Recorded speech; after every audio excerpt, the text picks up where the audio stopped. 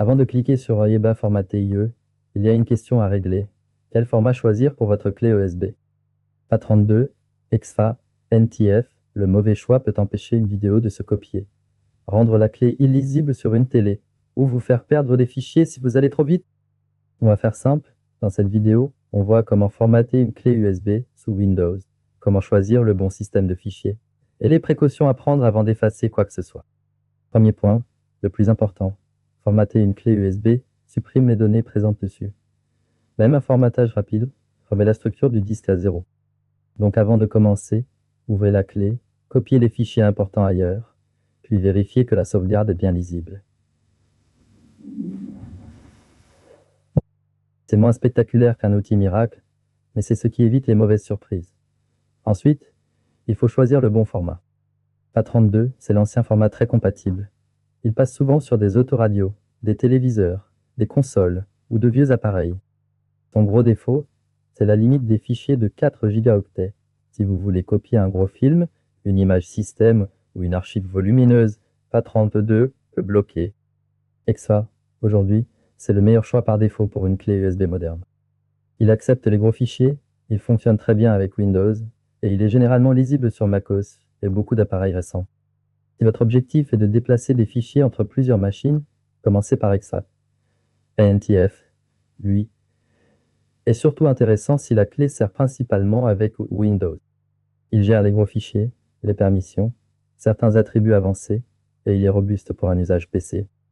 Mais il peut être moins pratique sur une télé, un autoradio ou un Mac qui ne sait pas toujours écrire dessus sans outils supplémentaires. La méthode classique sous Windows est la plus rapide. Branchez la clé, ouvrez l'explorateur de fichiers, faites un clic droit sur la clé, puis choisissez EPB formaté IOL. Vérifiez bien la lettre du lecteur, parce que c'est là que les erreurs arrivent. Choisissez le système de fichiers. Gardez la taille d'unité d'allocation par défaut, si vous n'avez pas de besoin précis. Donnez un nom clair à la clé, puis lancez le formatage rapide. Formatage rapide ou complet? Pour une clé saine que vous réinitialisez simplement, le formatage rapide suffit dans la plupart des cas. Si la clé a des erreurs, des comportements étranges, ou si vous voulez tester plus sérieusement le support, un formatage complet prend beaucoup plus de temps, mais il est plus adapté. Et si Windows signale des erreurs répétées, ne forcez pas. Récupérez les données si possible, puis envisagez de remplacer la clé. Si la clé n'apparaît pas correctement dans l'explorateur, passez par Gestion des disques. Vous pouvez l'ouvrir avec Windows R, puis Disque MLVTN 700. Là encore, prudence. Identifiez la clé par sa capacité, son nom et son emplacement.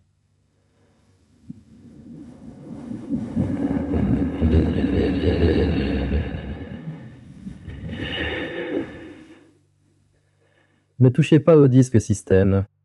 Depuis Gestion des disques, vous pouvez créer un volume, attribuer une lettre ou formater la partition quand Windows la détecte mal. Pour une télé ou un autoradio, le bon choix dépend de l'appareil. Les modèles anciens préfèrent souvent FAT32. Les modèles récents acceptent souvent EXFA, parfois NTF, mais ce n'est pas universel. Le plus fiable est de tester avec un petit fichier, puis avec le fichier le plus lourd que vous comptez utiliser. Donc la règle à France est simple. Sauvegardez d'abord, EXFA par défaut, FAT32 pour les appareils anciens, NTF pour un usage Windows, et gestion des disques seulement, quand l'explorateur ne suffit pas. Si vous avez un doute, ne formatez pas tout de suite. Regardez la capacité.